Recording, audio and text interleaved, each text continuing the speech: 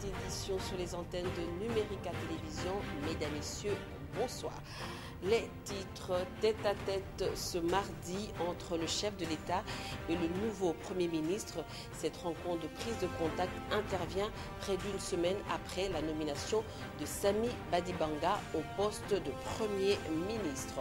Pendant que le chef de l'État échangeait avec le Premier ministre entrant, Matata Ponyo, Premier ministre sortant, s'adressait aux professionnels des médias. Le désormais ex-Premier ministre dressait son bilan, un bilan qu'il qualifie de positif. Invité du journal, le professeur Madimba Kadimanzouzi, il est porte-parole des actionnaires de la BIAC. Bonsoir. Bonsoir madame. Et nous allons parler de la situation qui prévaut aujourd'hui à la BIAC. Tout à fait, avec plaisir. D'accord, je vous retrouve tout à l'heure.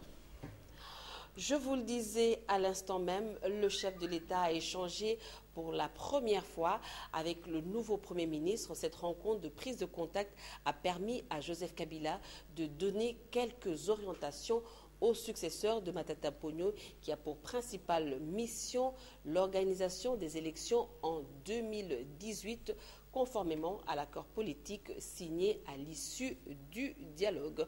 Reportage de la télévision nationale.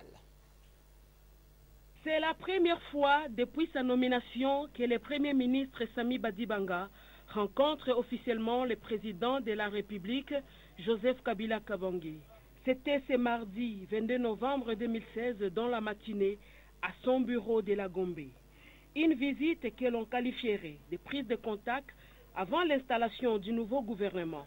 Une installation encore soumise au protocole en vigueur. C'était une rencontre, une première prise de contact qui s'est très bien passée. Il m'a prodigué des conseils, il m'a donné quelques orientations. Et maintenant, on pourra démarrer les choses et on aura l'occasion de se revoir. Je ne suis pas encore à ce stade-là. Nous allons d'abord suivre le protocole. Mais ce qui est sûr, c'est que nous avons une mission principale qui est celle d'organiser les élections. Mais, chemin faisant, il faut penser à la cohésion nationale. Il faut rassembler tout le peuple, espérer avoir tout le monde dans la marche que nous allons mener. Penser à l'économie et surtout au social de la population. Voilà en deux mots ce que je peux vous dire. L'actualité, c'est aussi cette polémique autour de la supposée double nationalité du nouveau Premier ministre. Selon un document qui circule sur les réseaux sociaux, Sami Badibanga serait de nationalité belge. Et pourtant, la Constitution congolaise stipule dans son article 10 que la nationalité congolaise est une et exclusive. Elle ne peut être concurremment avec une autre. Au CDR, on rejette toute polémique à ce sujet. Dans son projet de société, le courant des démocrates rénovateurs envisage de revoir les cas sur l'exclusivité de la nationalité en vue de permettre à tous les binationaux de jouir de leur nationalité. Michel Kérékéré, Tapi Loutounou et Serge Métélési pour le reportage. L'exclusivité de la nationalité congolaise encore au cœur du débat. La Constitution est claire là-dessus. Cette nationalité ne peut être détenue concurremment avec aucune autre. Pour le secrétaire national du CDR en charge de la mobilisation et des propagandes, pas question de se focaliser sur le cas d'un individu. Donc, il est aujourd'hui, je dirais, pas bienséant de pouvoir se focaliser sur un cas pris en dehors de la globalité. Je pense qu'il faudrait aborder la question de manière générale pour résoudre définitivement cette question au niveau de nos institutions. Au sein de nos institutions, ne siègent pas les Congolais. Ne siègent pas que les Congolais. Il y a d'autres nationalités qui siègent avec nous. Comment notre institution, l'Assemblée nationale, aborde-t-elle la question ? Comment les gouvernements abordent-ils la question? Donc je pense qu'il faudrait faire appliquer la loi, non pas pour un seul individu, mais appliquer la loi pour tous les Congolais qui ne le sont pas en réalité, parce qu'un jour, ils ont décidé de prendre une autre nationalité. Hier, j'ai suivi une réaction de la Cour constitutionnelle qui a dit, depuis le jour que l'honorable Sami Badibanga a accédé aux responsabilités au niveau de l'État, la nationalité belge, il a à le perdre.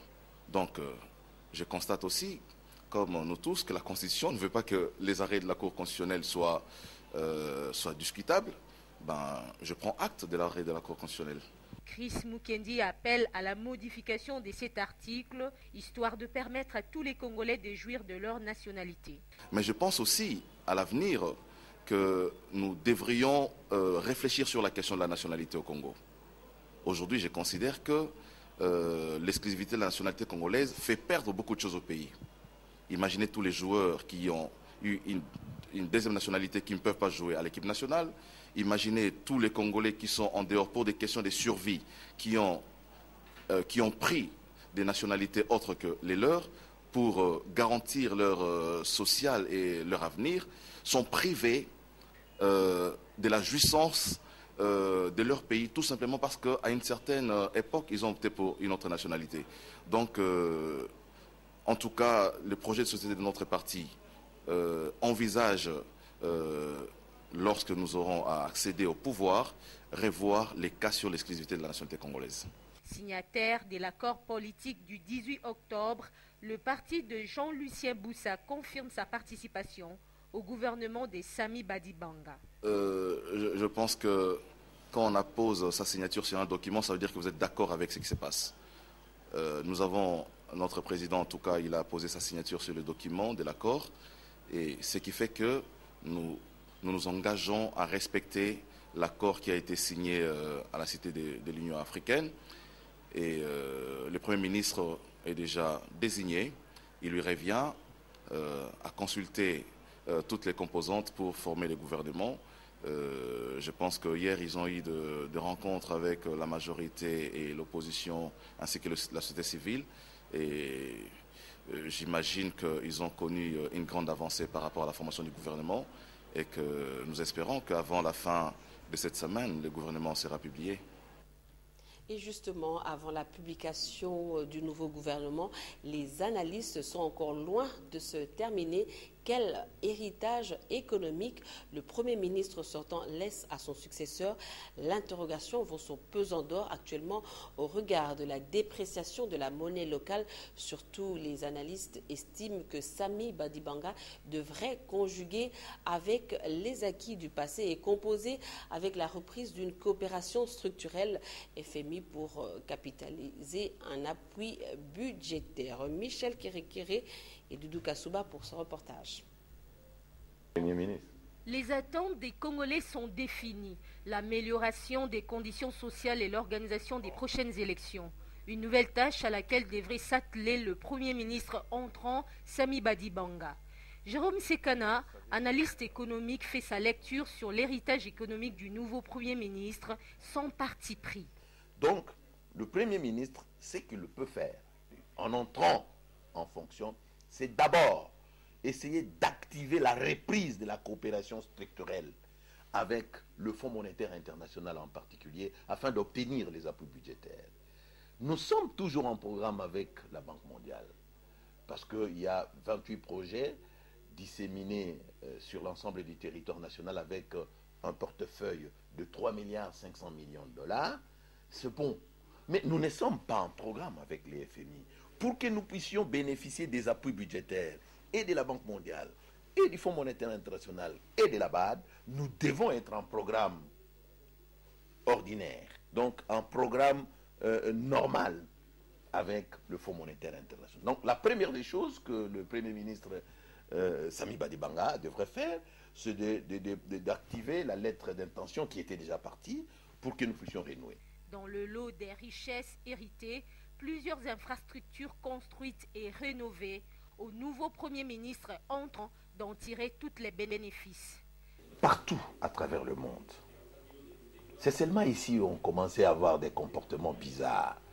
Un Premier ministre sortant qui s'amène, qui prend tout jusqu'au niveau de la moquette. Ce qui n'est pas le cas aujourd'hui. Matata lègue une primature de luxe, un jet pour permettre au Premier ministre de pouvoir aller où il veut, sans se mettre à la kelele pour prendre un avion, mais également une résidence. Mais une autre valeur, c'est que Matata a été le premier à féliciter son successeur. Et il lui a dit, je suis prêt à vous apporter mon concours. Ce n'est pas qu'il sera ministre, non. Rien n'est encore gagné ni perdu. En attendant, Samy Badibanga, le Premier ministre entrant, se concentre sur la composition de sa nouvelle équipe gouvernementale qui va être bientôt publiée. À la fin de ce journal, vous suivrez une page spéciale consacrée à cette analyse de Jérôme Sekana sur l'héritage économique du Premier ministre sortant, Augustin Matata Ponyo, légué à Samy Badibanga, Premier ministre entrant. Entre-temps, le Premier ministre sortant s'adressait à la presse. Matata Ponyo présentait ses hommages au chef de l'État pour la confiance qu'il a portée sur sa personne, dressant son bilan sur le plan sécuritaire. Par exemple, le Premier ministre sortant a félicité les FARDC pour l'accomplissement de leur mission constitutionnelle. Sur le plan économique, Matata Ponyo se dit satisfait des avancées significatives réalisées. Et tout à fait autre chose, les professionnels des médias viennent de bénéficier d'un manuel de sécurité. Le petit manuel a été présenté ce mardi par l'ONG Journalistes en danger. Ce document de 15 pages divisé en 5 parties est publié dans le cadre des actions en faveur des médias dans leur travail, a fait savoir le coordonnateur principal du Centre des ressources des médias, soulignant que GED utilise le mécanisme de sensibilisation pour conscientiser les professionnels des médias sur leur sécurité et par des sessions de formation. Pour le secrétaire général de GED, l'initiative de ce manuel fait suite au constat malheureux de la manipulation des attaques et agressions des journalistes, souvent enregistrées par sa structure pendant les périodes de campagne électorale. En société, la criminalité se porte bien à Kinshasa.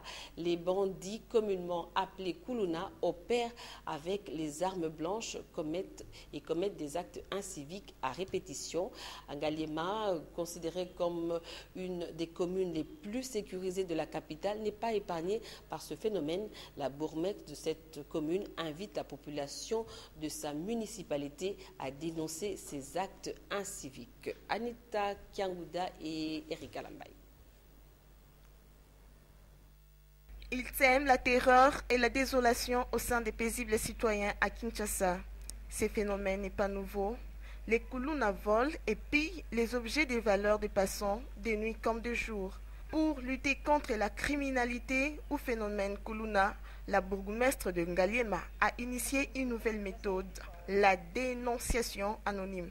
C'est vrai que nous avons des droits et des obligations, mais les populations ont aussi les devoirs d'abord de dénoncer en ce qui concerne la salubrité, non, la sécurité, puisque les Koulounes là, ce sont nos neveux, nos enfants, nos oncles, ainsi de suite.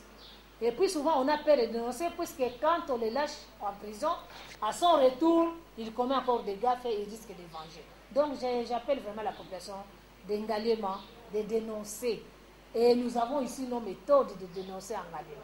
J'ai toujours autorisé la population d'écrire, même s'ils ne mettent pas leur nom, ils viennent déposer à notre secrétariat. Nous, on lit les rapports, on voit l'adresse et nous avons les services compétents pour ça. Un des meneurs de ces phénomènes, surnommé Rambo, a été arrêté la semaine dernière. Fatouma Inona salue la collaboration entre la population et la police. La population a raison. Vous savez que nous avons pendant au moins 6 mois cherché ce monsieur-là qui s'est surnommé Rambo, un terrible. On a essayé, on a envoyé la police et dernièrement, voilà, on l'a arrêté vers chez nous, là, à Chikapa, dans le quartier Munganga. Il a ses élèves, bien sûr, mais le problème, c'est lequel nous, on a arrêté. C'est comme on est ici, nous, on fait rapport. Quand nous l'avons arrêté, nous avons remis acquis des droits au parquet. Les difficultés parfois qu'on rencontre, que ces gens-là nous retournent après 2 ou 3 semaines. Et quand vous demandez, la raison c'est que non, il n'est pas chargé, il n'y a pas de témoins. Pour cette fois-ci, en tout cas pour ces meneurs-là, en tout cas il y a des témoins, tout le monde d'ailleurs s'est précipité pour qu'ils soient témoins, qu'ils ne rentrent plus, qu'on ne voudrait plus les voir. Grâce aussi à la population, c'est la population qui a arrêté, qui a appelé les commandants. La population elle-même. Pour maintenir les caps de la sécurité dans sa municipalité, La bourgmestre s'est remise à la franche collaboration des autorités municipales, de la police et de la population. Quelques jours après son inauguration, le marché d'Elvo à Mbinza, dans la commune de Ngaliema, ne connaît pas encore l'affluence de grand jour, fruit d'un partenariat entre le gouvernement provincial et une société de la place. Ce marché, qui répond aux normes internationales selon la bourgmestre de Ngaliema, a connu auparavant une résistance de la part des vendeurs de ce coin de la capitale qui protestaient contre la manière de la construction de ce marché. Et après sensibilisation et conscientisation de l'autorité municipale, les vendeurs ont fini par retrouver le chemin de la raison. Encore une fois, Aninta Kangoudia et Eric Kalambay pour le reportage. Ce marché, avec 495 places et 6 dépôts, les lieux de négoce n'a rien à envier aux autres marchés de Kinshasa. Des boutiques, des chambres froides et des blocs de toilettes répondant aux exigences, il y en a ici. Il aura fallu 22 mois pour la rénovation et la construction de ce marché. Les vendeurs avaient du mal à admettre vivre ces changements. Aujourd'hui, tout le monde est presque convaincu. Nous respectons les autorités et nous occuperons le marché. On refusé à cause de la façon dont ils ont construit le marché avec des boutiques devant. Les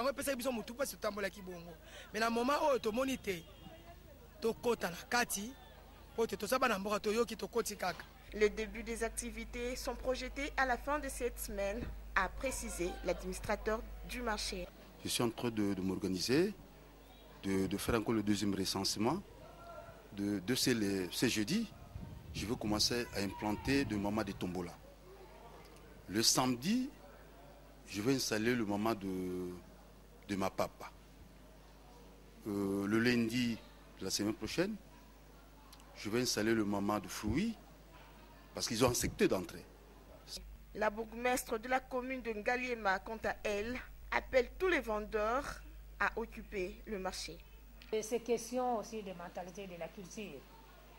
Maintes fois, je crois que si vous sillonnez Kinshasa, il y a des fois on a construit des marchés et les femmes ou les marchands résistent pour y entrer. Alors que maintenant, qu'ils résistent et qu'ils ne veulent pas entrer dedans, non, là je vais appliquer la loi et la force. D'abord, il y a la loi, la mesure du gouverneur qui interdit de vendre même si les trottoirs étaient dans les emprises publiques. Alors là, ils ont occupé certaines avenues. La raison pour laquelle ceux qui vont refuser, je crois que les vendeurs sont libres. Hein. Je leur ai dit ça lors de nos réunions. Elles sont libres. S'ils ne veulent pas accepter d'entrer au marché moderne, eh bien, ils doivent chercher fortune ailleurs. Docteur Kadima Nzouzi Madimba, c'est à nous maintenant. Vous êtes le porte-parole des actionnaires de la BIAC. Tout à fait, je vous remercie pour cette invitation. Voilà. La toute première question est de savoir quelle est la situation de la BIAC aujourd'hui. La BIAC est dissoute depuis le 4 novembre 2016 par une assemblée générale extraordinaire des actionnaires qui ont proposé à la Banque centrale du Congo un liquidateur et qui sont en attente de l'agrément de ce liquidateur ou de la proposition d'un autre liquidateur par la Banque centrale du Congo. Alors, d'où est venue l'idée de dissoudre carrément la BIAC? Depuis que la Banque centrale du Congo a repris le contrôle de la BIAC, selon les articles 41 et 48 de la loi bancaire de février 2002, la situation va mal. La dette sociale a été multipliée par 3. Donc, devant cette hémorragie financière, les actionnaires ont décidé de prendre leurs responsabilités en main et de dissoudre la BIAC volontairement par l'Assemblée générale extraordinaire. Oui, mais il y a certaines personnes qui pensent, et certains experts qui estiment que la dissolution de la BIAC ne garantit pas le remboursement des épargnants. Ah si, tout à fait, puisque une fois que la Banque centrale aura donné son liquidateur, on va demander aux gens de se déclarer en 2 mois, donc les épargnants, les créanciers. Et puis on va commencer à liquider les actifs de la BIAC. Ça peut être des biens, des immeubles, des participations dans d'autres sociétés. On va recouvrir les créances. Donc tous ceux qui nous regardent à la télé et qui ont pris un crédit à la BIAC auront à le rembourser pour désintéresser tous les épargnants, indemniser le personnel et payer les créanciers. Alors généralement, qui choisit le liquidateur? Qui désigne un liquidateur? Mais en fait, selon l'article 61 quand la banque est dissoute de manière volontaire, c'est l'Assemblée générale extraordinaire des actionnaires qui propose un liquidateur et sous réserve de l'approbation de la Banque centrale. Mais la Banque centrale, toujours selon cet article, peut proposer elle-même un liquidateur. Et je voudrais souligner que c'est la première fois au Congo, depuis que les banques ont des problèmes, que les actionnaires d'une banque décident de dissoudre volontairement, donc de prendre leurs responsabilités pour rembourser. Vous savez ce qui s'est passé avec la Banque commerciale congolaise. Jusqu'à présent, les gens attendent leur dépôt. Ce ne sera pas le cas avec la BIAC. Qu'est-ce qui nous garantit cela? Parce que justement, on est dans une procédure inédite. Jamais ça ne s'est fait avant. Nous avons en face de nous avons des actionnaires qui prennent leurs responsabilités, qui veulent vendre les biens de la BIAC pour rembourser les gens. Et il faut savoir que après vente, il y aura un solde positif. Donc les actifs vont couvrir le passif. Mais au jour d'aujourd'hui, il existe un bras de fer entre les actionnaires et la BIAC. Qu'est-ce qui est à la base de ce bras de fer? Je dirais une discussion juridique musclée. Bon, bras de fer, c'est un peu trop fort. Au lieu de bras de fer. Mais voilà, dans divers communiqués, la Banque centrale du Congo invoque les articles 41-48 à propos de l'administration provisoire. Qui stipule ces articles? Ces articles disent qu'en cas de problème, la Banque centrale du Congo peut prendre pendant 6 mois, 180 jours, le contrôle d'une banque afin de la redresser. Et elle fait un plan de redressement. On appelle ça l'administration provisoire. Mais ce n'est pas parce qu'une banque est sous administration provisoire que les actionnaires n'en sont plus propriétaires. La Banque centrale du Congo a parlé d'un repreneur chinois que nous attendons de tous nos voeux. Mais il ne vient pas. Il faut savoir que par l'Assemblée ordinaire du 11 octobre, il a été, avec la Banque centrale, décidé que le repreneur devait mettre 120 millions de dollars sur la table. Donc si le Chinois arrivait aujourd'hui, il devrait déposer 100 millions. 120. 120 millions de dollars. Oui, madame. Il dépose 120, nous n'avons plus cette discussion, je ne viens plus expliquer à la télé, et tout le monde est content. Et on désintéresse tout le monde. Jusqu'à présent, aucun repreneur n'a été notifié officiellement aux actionnaires. Donc voilà où nous en sommes. Alors, qu'est-ce que vous pouvez dire aujourd'hui à tous ceux qui ont épargné à la BIAC? Qu'est-ce qu'ils peuvent faire attendre ou qu'est-ce qu'ils doivent faire? Quelles sont les conditions à remplir pour bénéficier tout justement des remboursements? Je dirais à tous ceux qui nous ont fait confiance toutes ces années que les actionnaires de la BIAC n'oublieront pas aucunement leurs responsabilités et que tout le monde sera remboursé. Mais pour cela, il faut d'abord que la Banque centrale du Congo agrée un liquidateur ou désigne un liquidateur. Une fois que ce sera fait, il y aura 2 mois à tous les déposants, les créanciers, pour se déclarer. Une fois qu'ils se sont déclarés, on va commencer à liquider les biens. En fait, on liquide le patrimoine. Donc que ce soit les actifs, ça peut être des immeubles, ça peut être des participations dans d'autres sociétés. Et comme je disais tout à l'heure, que tous ceux qui ont un crédit sachent qu'ils vont le rembourser. Et tout cet argent accumulé va constituer un patrimoine de liquidation qu'on va reverser aux épargnants. On va indemniser le personnel, des gens qui sont là depuis plus de 30 ans, et on va payer les créanciers. Oui, mais entre la situation de la BIAC a causé beaucoup de dégâts. Il y a même des personnes qui n'ont pas supporté les chocs, qui sont décédées. Quel mécanisme est pris par la banque pour ce genre de cas? Mais dans ces cas individuels, ce sera du cas par cas. Et c'est pour ça que cette période de mois est là, pour que les gens puissent se déclarer. Vous savez, aujourd'hui, les actionnaires de la BIAC veulent prendre leurs responsabilités et veulent reprendre le destin en main. La Banque centrale du Congo a une mauvaise interprétation de la loi, puisque comme je le dis, ces articles 56, 59 et 61 déterminent la dissolution volontaire. Aujourd'hui, on n'attend qu'une chose, c'est que la Banque centrale du Congo prenne ses responsabilités, fait face à ses obligations et désigne un liquidateur. Et ainsi, tout le monde sera remboursé. Certaines personnes pensent que si la BIAC est arrivée à ce niveau aujourd'hui, c'est puisqu'il y a eu un détournement. Est-ce que vous confirmez cela? Il n'y a aucun fait, je veux dire, si je dis ça, ce serait de la diffamation. Il n'y a aucun fait qui va dans ce sens. Il y a un constat, c'est qu'on a multiplié par 3 la dette sociale alors que rien ne le justifiait. Et c'est par rapport à ce constat que les actionnaires agissent. Mais de là à dire qu'il y a eu des tournements ou pas, ça je ne pourrais le dire, ce serait des propos diffamatoires. La BIAC est en pleine dissolution.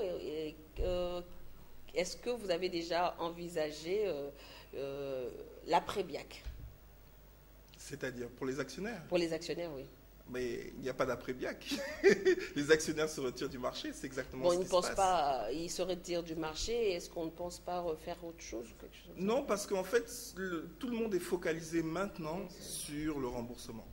Tout le monde est focalisé maintenant sur le fait qu'il faut pouvoir liquider. Et comme ce sont les actionnaires de la BIAC qui vont liquider leurs biens, ils le feront au meilleur prix. Ce ne sera pas une vente aux enchères bradée. Tout ça, ils ont tout intérêt à rembourser les gens. Donc, ils le feront au meilleur prix. Le délai accordé à tous ceux qui doivent rembourser, de combien de temps? Ça, on pourra le déterminer dès que le liquidateur sera nommé. Et il faut attendre ce liquidateur pendant combien de temps encore? Mais nous l'attendons de tous nos voeux. Ça peut prendre 5 ans? Tout dépend de la Banque centrale du Congo. C'est elle qui a les cartes en main. Je veux dire, c'est le régulateur. Voilà. C'est lui qui organise le marché. On ne sait pas faire sans. Et l'article 61, alinéa 1, dit que le liquidateur ne peut être nommé sans l'approbation de la Banque centrale du Congo.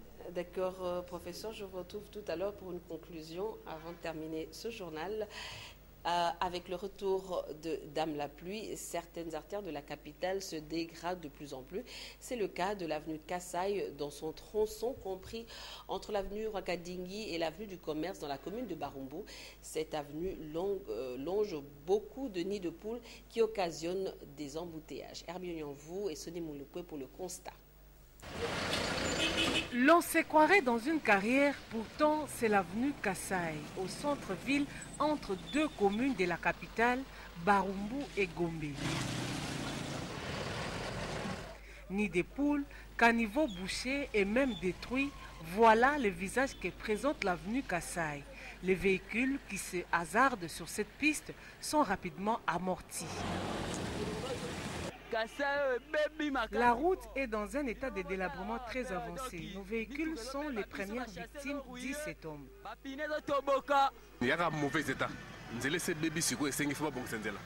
Selon le riverain, aucune attention particulière n'est accordée à cette avenue d'intérêt économique.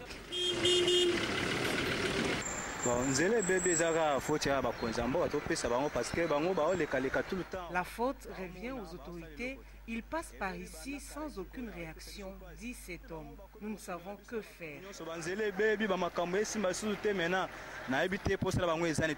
Le mauvais état des routes est un problème récurrent dans la capitale.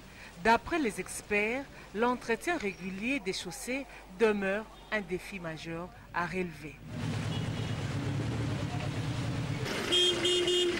Dans le cadre de son projet Rencontre des créations des jeunes artistes, l'ASBEL Noël et Livre a organisé ce mardi une session de formation des jeunes enfants vivant avec un handicap auditif et mental. Vous allez le voir dans ce reportage, ces enfants sont aussi créatifs et sont très intéressés au livre. La suite en images. Croire que les enfants vivant avec handicap sont improductifs et inutiles à la société est une utopie. La rencontre avec les enfants invalides a pu démontrer leur forte capacité d'adaptation et ils ont du potentiel. Inciter les jeunes au goût de la lecture reste le leitmotiv de la présidente de l'ASBEL, Nous et le livre. C'est toujours dans le cadre de notre projet Rencontre des créations et d'initiation de jeunes artistes écrivains congolais. Vous le savez, on avait démarré avec une session d'orientation. C'est ainsi que nous poursuivons toujours dans la même logique. Il a fallu aussi former les élèves dans les écoles. C'est vraiment épatant et émouvant de voir de jeunes, bien que handicap physique, mais ils ont une capacité d'adaptation. C'est vraiment fastidieux. Ces jeunes gens, on les a formés, on les a parlé de l'importance de la lecture. Ils ont traduit ce qu'ils ont appris au même moment. Ce sont de jeunes qui peuvent aussi servir à la nation, être utiles à la société. Je ne sais pas encore, on va m'apprendre. Mais il doit savoir le faire, il doit travailler. Une autorité peut nous aider. Le nouveau qui est devenu Premier ministre doit nous aider. Nous allons être un artiste aussi. Elle a appris la peinture, en tout cas c'était bénéfique pour elle. Ces enfants ont créé et dessiné des images qui illustrent l'importance de la lecture. En sport, 14e journée du championnat de l'EPFKIN. 4 matchs étaient au programme hier lundi au stade de Tata Raphaël. Bilan, 4 victoires et 12 buts marqués. On note notamment la victoire d'1-0 du FC Tornado devant Nzakimwena. Paul Kazozo pour le reportage.